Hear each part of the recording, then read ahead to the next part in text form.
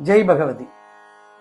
கடன் பிரச்சனை தீர கருஞ்சீரகத்தை வைத்து இந்த எளிமையான பரிகாரத்தை செய்து வந்தால் கடன் பிரச்சனை தீரும். என்ன பண்ணணும் அப்படின்னா, இந்த கருஞ்சீரகம் கொஞ்சம் எடுத்துக்கணும்.